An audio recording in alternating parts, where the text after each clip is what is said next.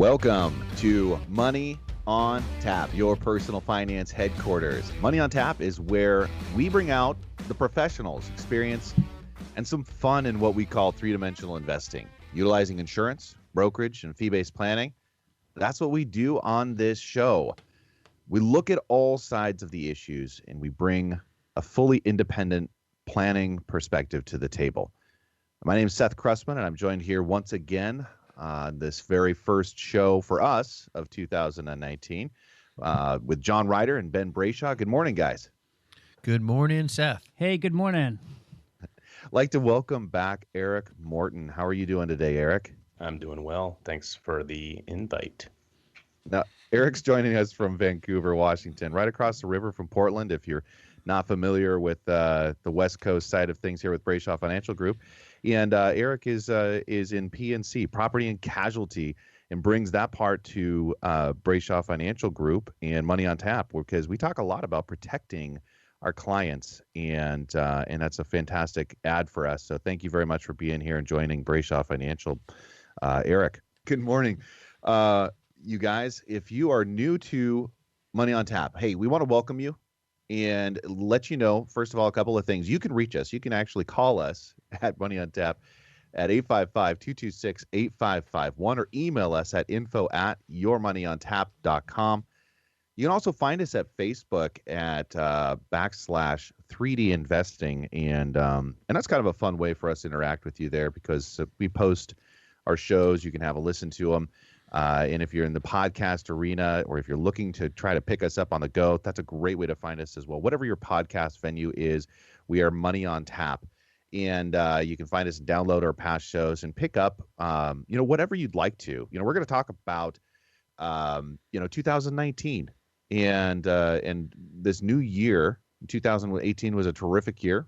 Meeting with some of our listeners and, doing some planning there with them has been a lot of fun for us. But today, we're going to get into the most wonderful time of the year. That is the title of today's show, the most wonderful time of the year. And so why is this the most wonderful time of the year here in January? Not because of the freezing cold temps we have out there, not because of the snow all over the roads and the fact that you may have credit card bills arriving from a little bit too extravagant of a Christmas. So this is really a very, very cold time of year here in the Northeast. Ben was just telling me that he had just done a run yesterday out in the cold. Ben, what was it, 5 degrees out when you were running, 10 degrees? Well, it said it was like 20, but it was negative 20, I think, on the wind chill. Oh, man. So it's been cold out here, but not also cold, but also, in addition to that, just wind chills. It's been tough. So congrats for you getting out there in the cold weather. Usually I used to have this, when I was running in the cold with a friend of mine, I'd have a 10 degrees and colder rule, that if it was 10 degrees and colder, I was not running outside. It was time to hit the treadmill inside. So Ben, it looks like you did pretty well despite the nasty weather out. So anyway, it's the most wonderful time of the year because this is a new year with new hopes and new habits that you can build into your life. And the old year is gone, and with it, perhaps some of the things that were holding you down. And before we get into money in the news, what we'd like to do is just do a quick rundown of how the year turned out, or should I say, turned down in relation to the markets. Yeah, the market didn't look so great at the end of the year for a lot of people. It's funny. There has been so much conversation about how the S&P rose so heavily, and a lot of people don't realize that was primarily due to the technology bubble that we had, in a lot of reference to the FANG stocks, which is that Facebook, Apple, Amazon, Netflix, Google. Right. There was a huge rise in those in a small piece of the S&P 500, which overall impacted the growth. So if you were in the passive S&P 500, you saw some significant returns for the beginning or 3 quarters of the year, but that last quarter was pretty detrimental to a lot of people's portfolios. So we've had some conversation about that. But in December alone, the Dow was down 8.7%, and the S&P was down 9%. Wow, that's just December. Yeah, and it had been falling for part of November.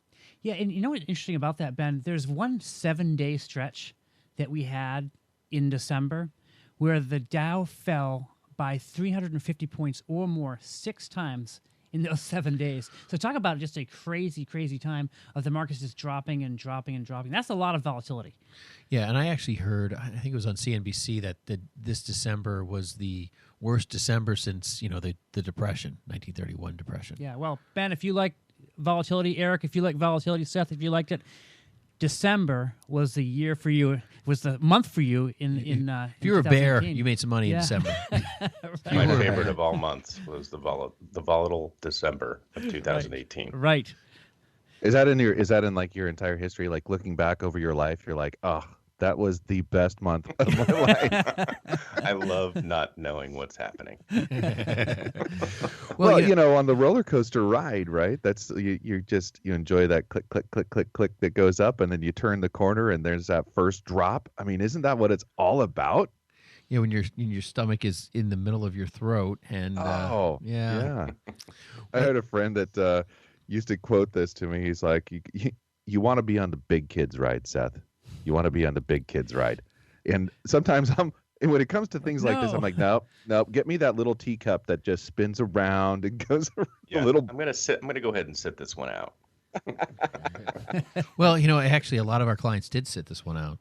We have like passive, and we have active, we have tactical, and a lot of our tactical active investors who wanted that type of plan inside our BFG D&I portfolios. I mean, most of them were going to cash. It was the third and fourth week of November.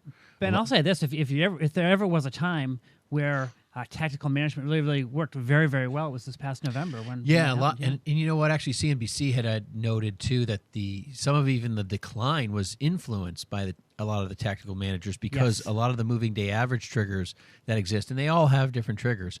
A lot of the moving day average triggers hit on a couple different chords. So, if you're using a 50, 75, 100 day, whatever, they were all hitting it at the same time. So a lot of the tactical managers did go to a cash or cash equivalent, or even some go to bonds, some go to oil and gas. It just depends.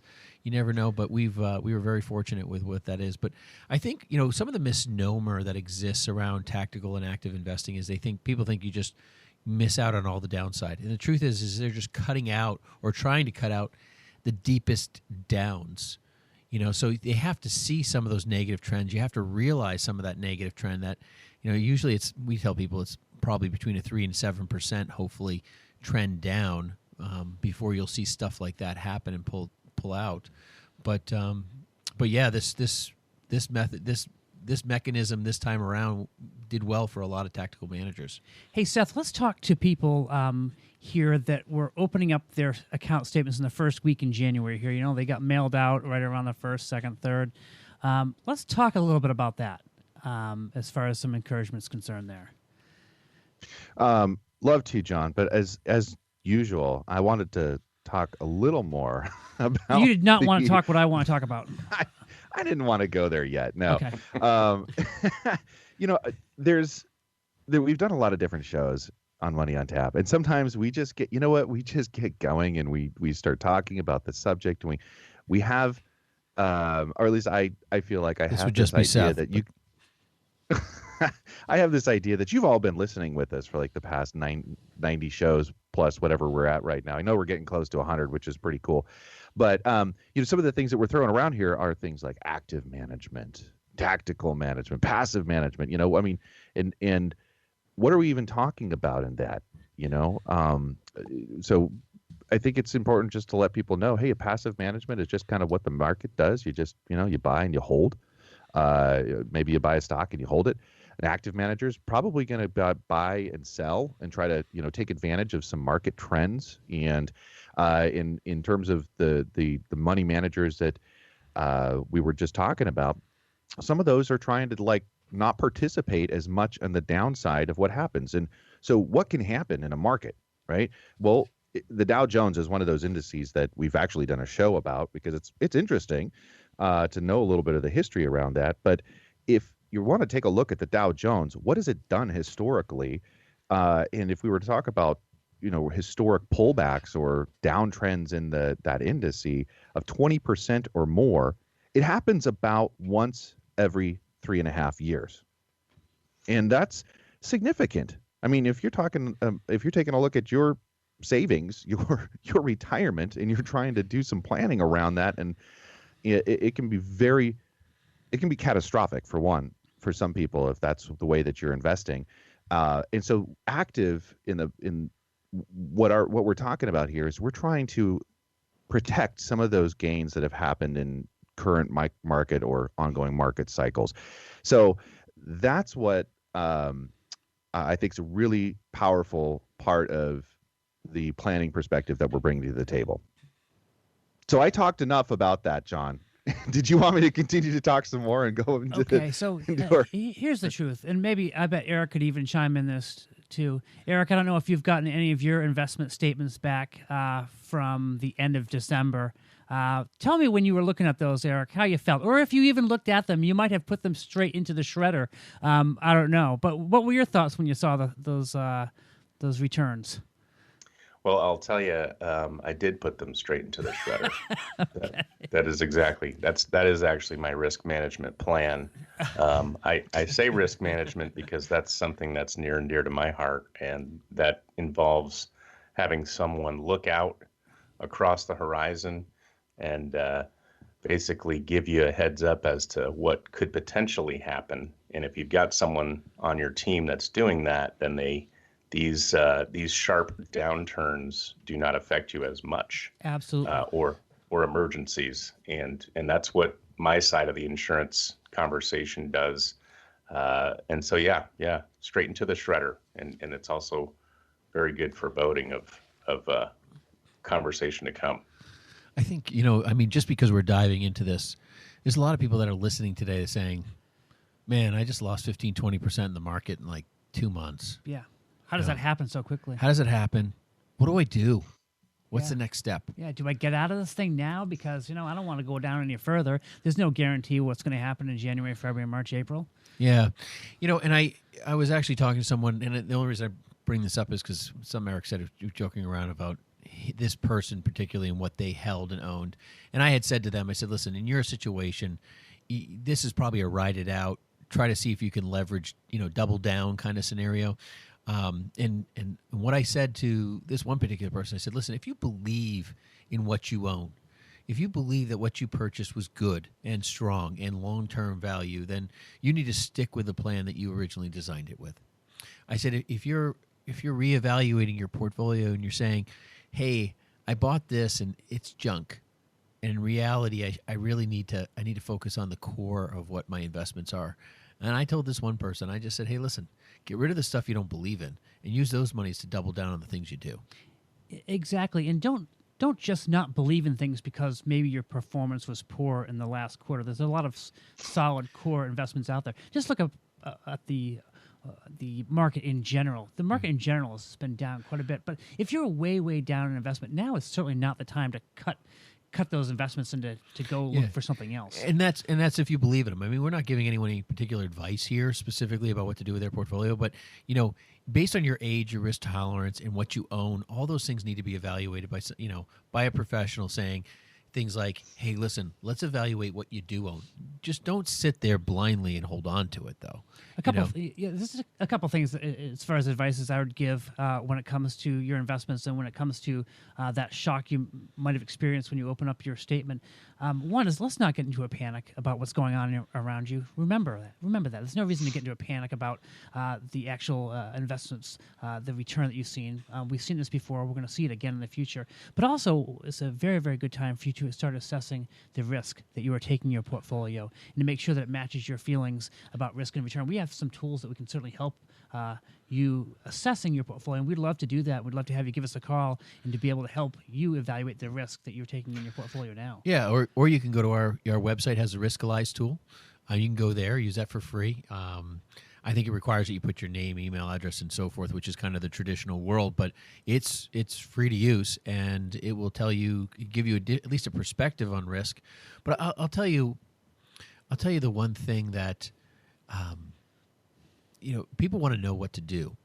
People want to know what's the next step. I'll tell you what an event like the last 2 months really gives you as a huge bonus, a huge benefit, right? That huge benefit is to help you separate the dogs, of the marketplace, the dogs of the investments, the tactical managers that didn't work, the passive investment that maybe you weren't sure was too risky or was, not enough risk. I mean, this is going to give you perspective. You need up and downs like this. 2008, they said, was the one thing that people learned the most was really the level of risk that they owned. Is the market done dropping? I have no idea. We don't. We use technical analysis. We base these things on, some hardcore understandings, and the averages work in our favor. And that's really what it is. If you're not playing the averages and you're not investing in what you believe in, then you're just gambling. And so that set it and forget it, all that stuff. This is the time where you evaluate, do you own the right thing for you? Are if you're running scared and you're shredding your statements and you don't even want to think about it, and you're, like, man, I'm not growing as fast as I need to get to retirement, and all of these different question marks running through your head, maybe there's some other strategies out there. I think that's one problem that exists in our industry is, you have people, no one knows. Do I go to a fee-based planner? Do I go to a commission guy? Do I work with an insurance person? Whatever, do I buy stocks? Do I buy bonds, mutual funds? People don't know what to do.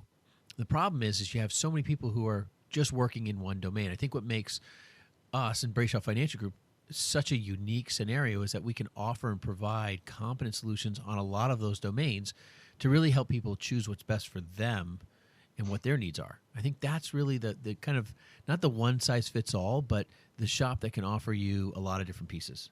All right, so I want to talk about a couple of things there.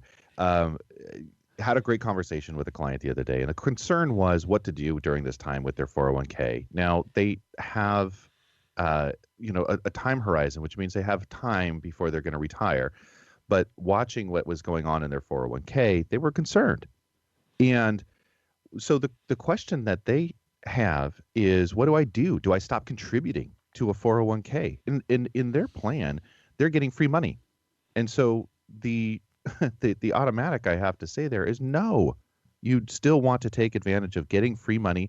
And when a market turns down like this, that can be really actually very beneficial to new monies being added into a program like that. So, I mean, don't just necessarily pull the plug on what you're doing because, fear is starting to take over. Have a conversation, because that's what we're here to do.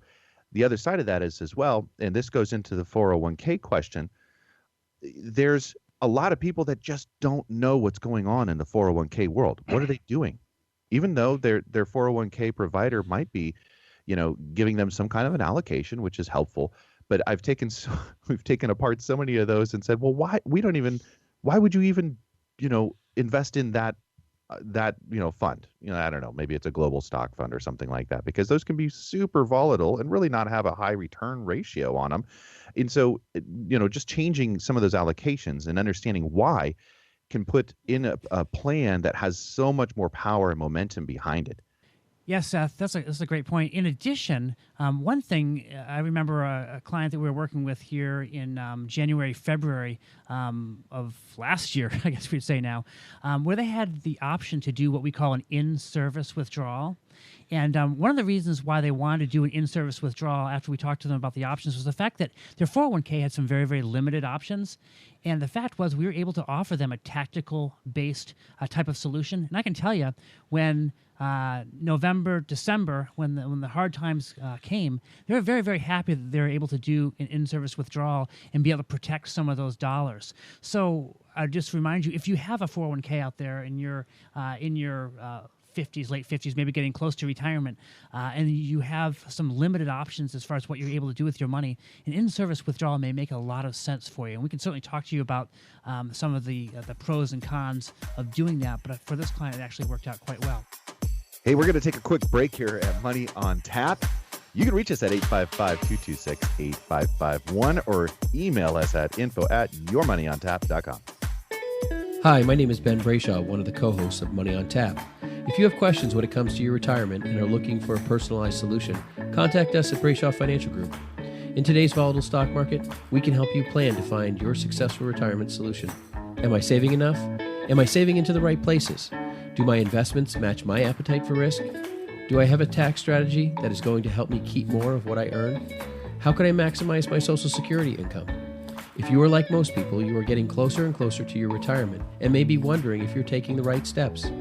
If you're in retirement, you may be wondering, am I maximizing my income while preserving my estate and caring for my family? We talk about all things financial in what we call three-dimensional investing, putting a plan around your financial future. If you feel that now is the time to start getting the answers to some of these questions for your own situation, give us a call at Brayshaw Financial Group at 855-226-8551. Headquartered in Bedford, New Hampshire, we have offices throughout New England and across the country. We would love the opportunity to show you how we can help. There's absolutely no cost or obligation just to meet with us, and we welcome you to our office. Call us at 855-226-8551. Now back to Money on Tap with Ben Brayshaw, John Ryder, and Seth Krussman.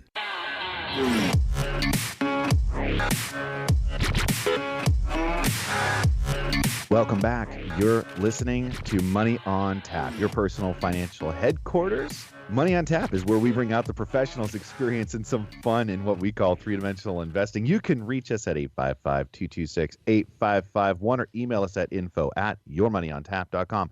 Also, appreciate all the podcast listeners out there for liking and downloads. All those things are fantastic, and we appreciate those conversations that we get to have with you out there as well. We are talking about the most wonderful time of the year because right now everybody's looking at their credit card bills thinking it's fantastic, or getting those January or year-end statements wondering what happened to all of my gains from 2018. Oh my gosh. Well, we're gonna talk more about that and doing some planning around the 2019 season, and being proactive is one of the things we love to do, forward thinking and planning through these events, because they do happen, and we know that, and we've been talking about it for a while now. But before we get into that, we're going to get back to money in the news.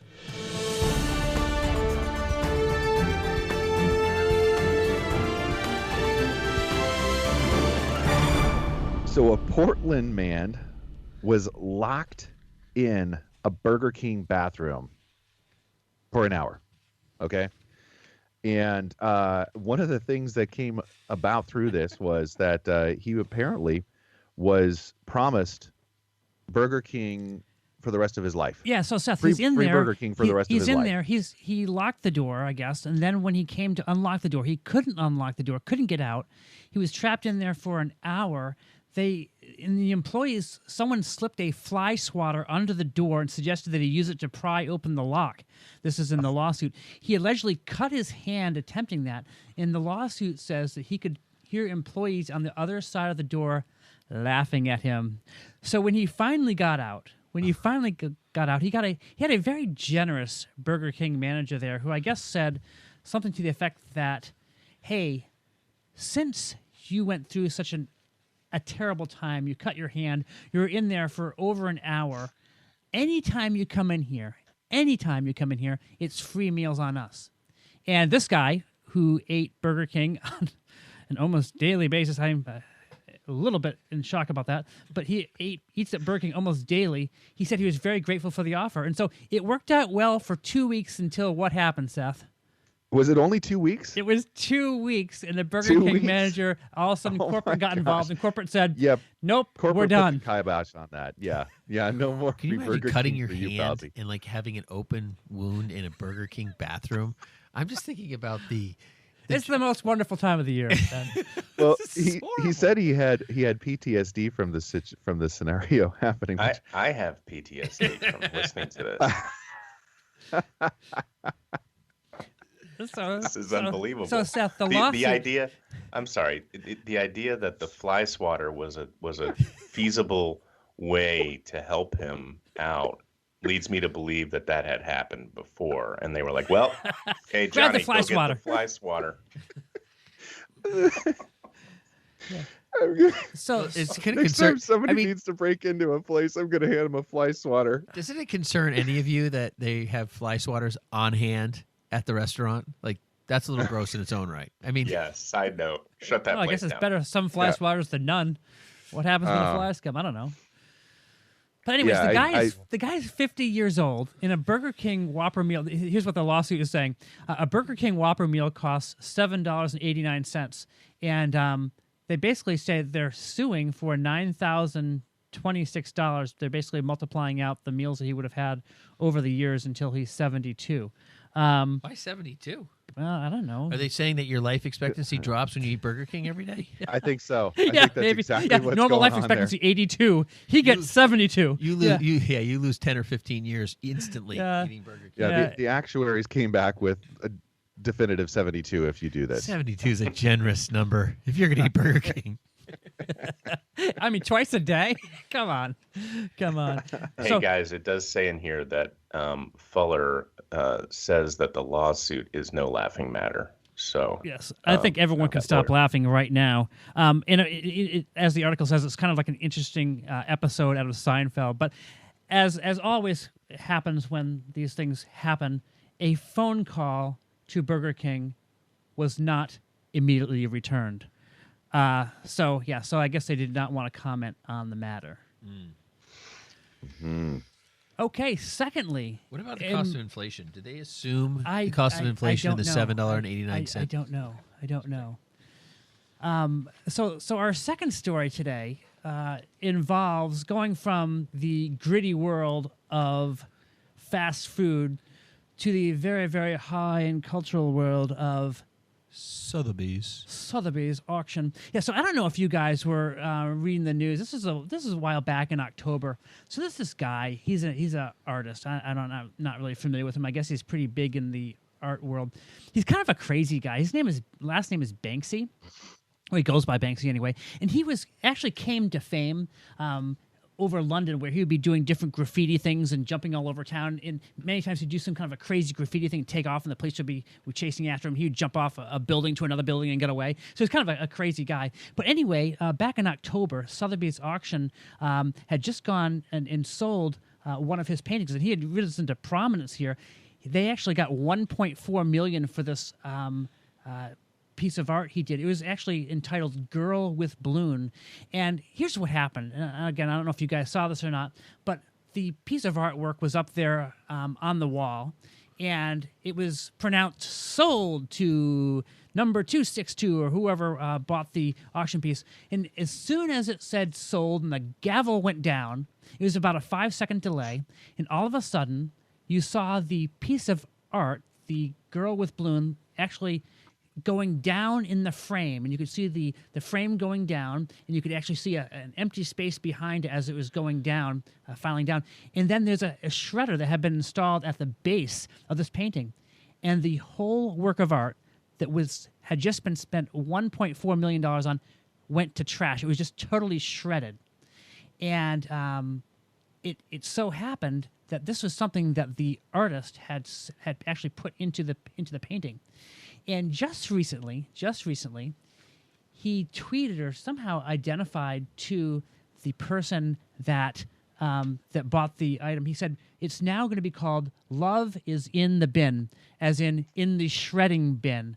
And this painting now is actually taking on another value. So there's this lawsuit going back and forth. The actual person that bought the investment, the painting, was actually thought it was kind of funny in a way, and there may be more value to the painting shredded than actually to the original because value. of the story. Because of the story. Oh yeah. And I've heard that the story, it's the history of art and so forth, like its travel, its time, its experiences, and how it lives. That is not like if a piece of art gets damaged and so forth in the eyes of, like common, like, oh, I'm looking at a piece of artwork. Yeah. There's still value to it because that's part of the story of the art, which is a bunch of junk, in my opinion. If someone pushes a hole through the Mona Lisa, it's not the Mona Lisa anymore, in my opinion. So, they actually said here that the reclusive prankster left behind yet another breadcrumb of a clue to his identity, because they weren't quite sure, well, who actually did this? There was no actual identification. It just happened. If you actually Google this on YouTube, it's pretty fascinating to actually see it happen. And everyone is just looking shocked. And the auctioneer then said, looks like we just got Banksy'd. I guess this guy, Banksy, is a pretty popular guy. But anyways, there's a partial view of his face that was accidentally caught on a bit of audience cell phone footage for the auction. It says that it's fair to assume that this guy was in the room to trigger the shredder he built into the frame at that precise moment. So pretty has interesting. to be there to see the crime. Yes. Interesting. So that concludes Money in the News for this week. Well, all right. We are going to take a quick break at Money on Tap. You can reach us at 855-226-8551 or email us at info@yourmoneyontap.com. And we are going to be back with 5 financial goals for you in this new year, 2019, folks. Don't go away. We'll be right back. On this Cliff Notes edition of Money on Tap, John Ryder introduces an interesting story about a lawsuit that wraps up with an incredible outcome.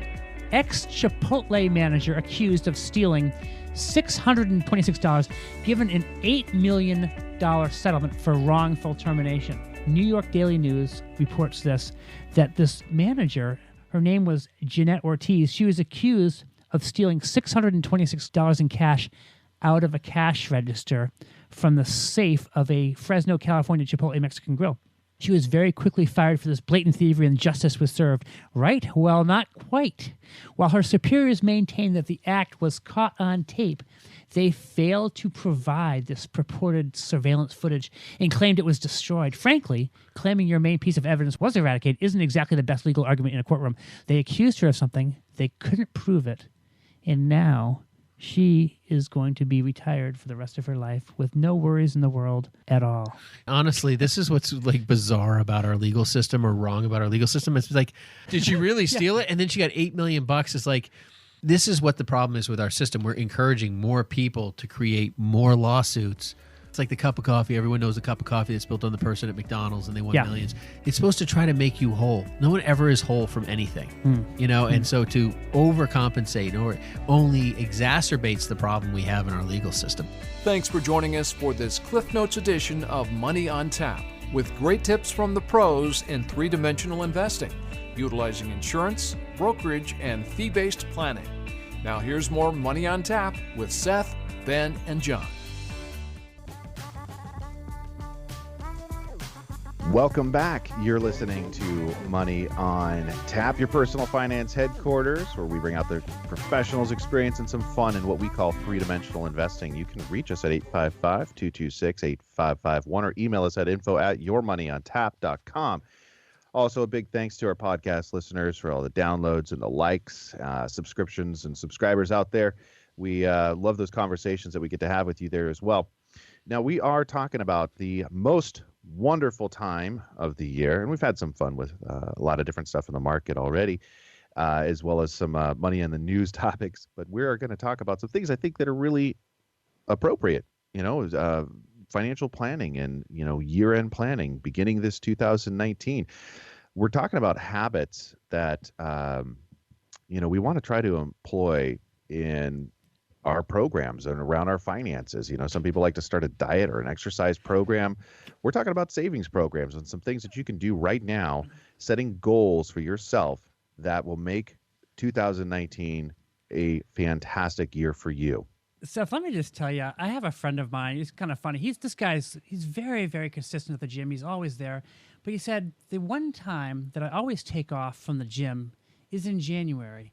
I take a full month off because in his experience of going to the gym in the past, it's always very, very, very crowded. He gets very tired of waiting for his elliptical to open up. He gets tired of waiting for the treadmill to open up. It just seems that everyone is so ambitious when it comes to January and the starting of a new year. Now, I just noticed that the other day in church. So I'm pulling up for church for the first time of the year. And let me tell you, they usually have some parking attendants on staff. They actually had a little bit more this time because it was jammed out the door. Just people kind of getting into the habit of, hey, I know I need to be in church. I know I need to be here. And so January is a good time to start.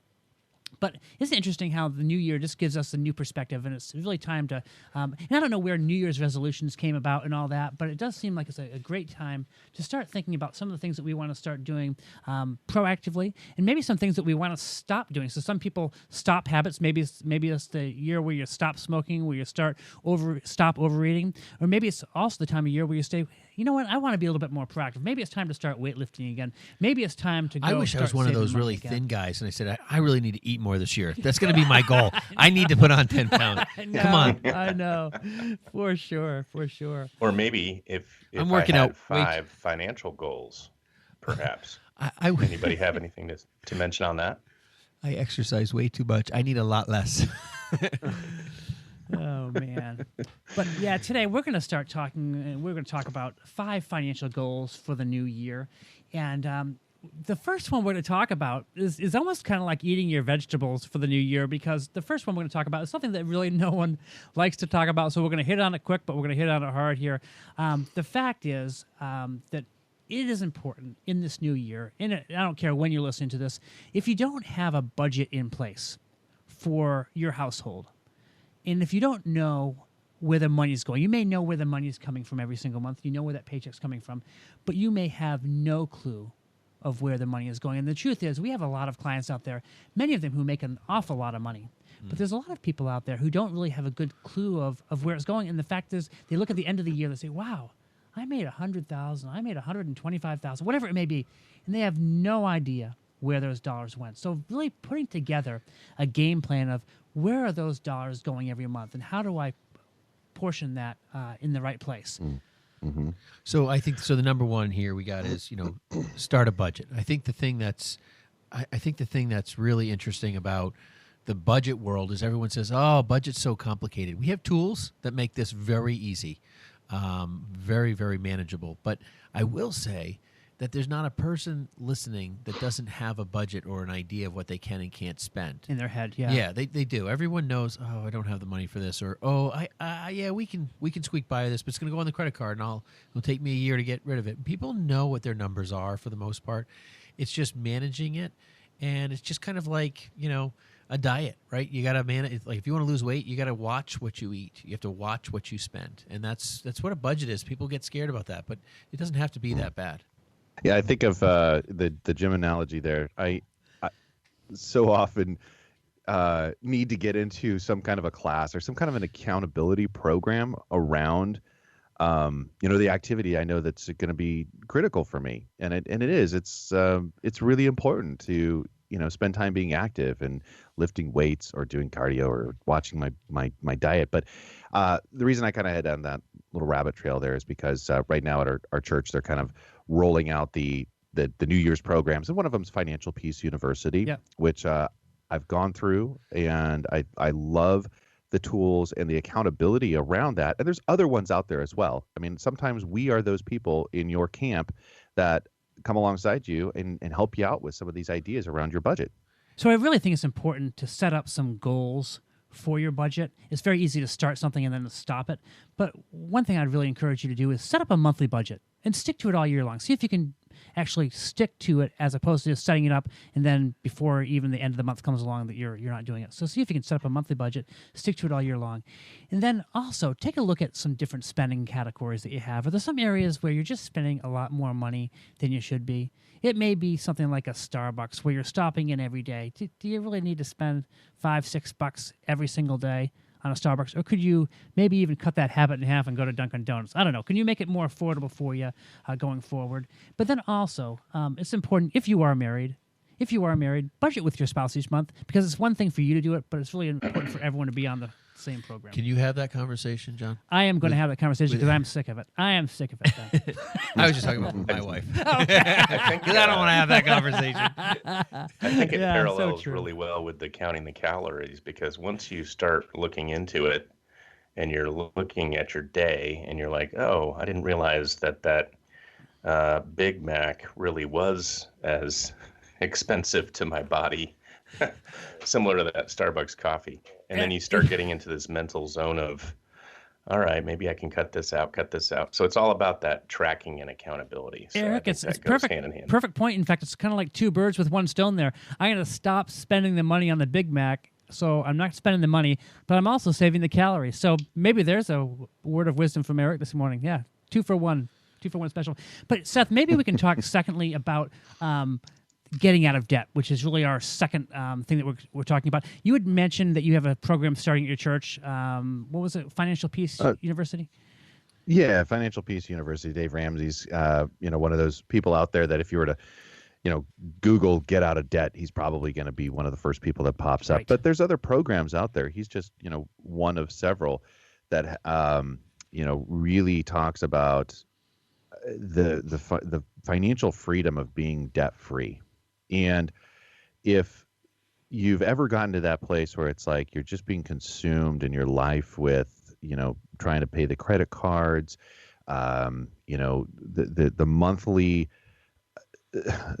expenses are just too high and the debt is accumulating, it is a snowball effect that can be consuming. And one of the things that happens in that is there's kind of like, your body's natural defense systems that happen. Like your mind will automatically drift into I need to problem solve this consistently. And it takes up a lot of space and time and freedom from what you could be doing with that energy. So just getting out of debt can be one of those freeing experiences that people don't really know. They don't even know that this is what's going on because they have been in debt for so long. They just don't know anything else. So that's a perfect point. That's a perfect point. Just to be able to have that freedom. We had a client that came in earlier, was listening to our radio show. Ben, you may remember this one. This guy had spent a lot of money on credit cards, and he had spent a lot of money on fixing his house up and all that kind of stuff. And he said, you know what? I have finally come to the point where I've taken care of everything I need to do. And now I have the ability on a monthly basis to set aside such and such. It was a considerable amount of money he had to put aside every month because he had just taken care of those things. And just the freedom for him knowing that, hey, you know what? Every single month now, I'm actually going in my favor as opposed to just paying things off. Now I'm actually accumulating dollars. And that was a big, I think, aha moment for him to actually see, hey, I've made a huge difference. I've paid off a ton of things, and now here we are. We're going forward from this point on. That's a great freedom feeling. No, we've had a number of people come in like that. I think that's where the next phase is. A lot of people they get to number 2 here. They've been budgeting, saving, getting out of the debt pieces. We've had people walk through the door at different points in my career. I paid off my house. That was for whatever reason an obligation they felt like they needed to complete. Now, I don't necessarily feel that way. That's my direction, like that's going to be my first focus because I think there's other value in balancing some of that.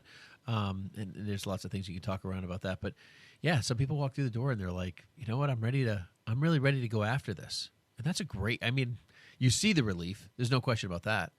And speaking about getting out of debt, maybe Dave Ramsey is the person for you to talk to you about that. Maybe there's someone else you can talk to. But really, one of the things that you can do, if you can just write down on a sheet of paper what different debts you have out there right now, and then figure out a game plan rather than just, okay, I'll pay the minimum on this, I'll pay a little extra on this. Actually put a game plan together of what you're going to do to be able to get, whether it be your credit cards, whether it be car loans you have, whatever it may be, but actually put down on paper what you owe, and then figure out what's a realistic way that I can get rid of this debt. Maybe not this year, maybe it's not next year, maybe it's over a 3-year time period. We can say, you know what, I know that if I work extra hard, if I be very, very diligent about not putting new debt on, that I can actually get rid of all this debt. And I think that's one of the things that why I sometimes enjoy listening to the Dave Ramsey show is the fact that sometimes people come in and talk about the tremendous difference that they made in their lives where they paid off $120,000 of debt over a 2-year time frame just because they really buckled down and said, you know what, hey, I set up a payment plan. Maybe I even sold some items to pay off some debt. Maybe I reduced spending to pay off that debt. Maybe I got a temporary second job to get rid of it. So whatever you need to do, you're going to find a tremendous feeling of freedom when you pay off that debt. And I think it really goes hand in hand with our next point here for the New Year's. So the first thing is, 1, we set up a budget. Number 2, we actually put together a plan to get rid of the debt that we have, to get out of the debt that we have. But number 3 is, and this goes hand in hand, is to start saving money. Saving is really an important key to financial success because we can always be paying off financial debt. But if we don't ever really get any money started and you're not starting to put money away, that can really be a big problem long term for you. Yeah, I think with the saving area of this, the kind of the knife in the back on helping you to start saving, and even with debt, right, is eating out. Eating out is a very expensive thing to do. And, our world has been catering to eating out more and more and more. It has been. And, I got to tell you, sometimes we go out, eat out, and it's not even when you go to a restaurant where you sit down and tip, that's an additional expense. But now I found like there's a lot of fast food places that are like very expensive places. They're better fast food though, but yeah. But you're like, boy, I could have sat down at a dinner somewhere else and paid the same and tipped somebody. Yeah. So you have to be careful about where you eat. I think the one thing, John, about debt that I would probably add in here is sell the stuff you don't need and use it to pay off your debt. Sure. Get some money for the stuff you don't need. It's easy to do it now than it used to be. Because remember before, if you were going to sell something before, 20 years ago, guys, 20 years ago, you were having a yard sale, right? You'd have a yard sale out in front of your house or in your neighborhood or whatever if you lived in a neighborhood. But today, it's just totally different. It's a Craigslist. It's a whatever. Someone wants that junk. Yeah. It's not just your neighbors. It's Right. not just the same. Right. Oh, they're having another yard sale, and you're depending on Stephanie and Steve to swing by and grab something again. I drove by. This is before Christmas. I drove by a neighbor's house that they were advertising a yard sale, and I was like, well, this is a really odd time of year to have a yard sale. And I drove by, their garage was opened up, but in their garage they had like racks and racks and racks of just, it was like stuff from the grocery store. Like there was like a row of Tide. There was, it was like, it was bizarre. Were they Y2K survivalists? Is that what they were? I thought it was the mob, maybe the mob. No, it's the couponing folks that are like crushing, where they go and they fill up 3 shopping carts. And you're doubling up the coupons, and the store actually pays them. Yes, we owe you $12.75, sir. Yeah. Yeah. Huh. So talking about saving money, this is one of the things I really love about where we're at right now with Brayshaw Financial Group is we have a unique opportunity for you to save some money with us. Eric, would you like to talk a little bit about your experience with how you can help people in saving money this year? Well, the biggest thing is a lot of folks recently that have talked to me about their insurance is they haven't talked to anybody for 15 to 18 years. I just met with a couple on Thursday. Wait, have they just haven't talked to anybody for 15 to 18 years period or about their insurance? Nobody. They're just very reclusive. under a rock. Yes. Yeah. It's unbelievable. They You're the first person I talked to. Yeah, I was like, well, this is going to work out well for sure. This is a win-win. No, I'd known this lady for about 6 years. She's a member of the Chamber of Commerce here in town, and she reached out and said, you know what, I'd like to sit down with you, have some coffee. My husband, we're about to retire, and we need to review our insurance, our personal insurance. And so I said, sure. Thought it was kind of odd because they're a little bit more experienced, and I figured they had someone helping them.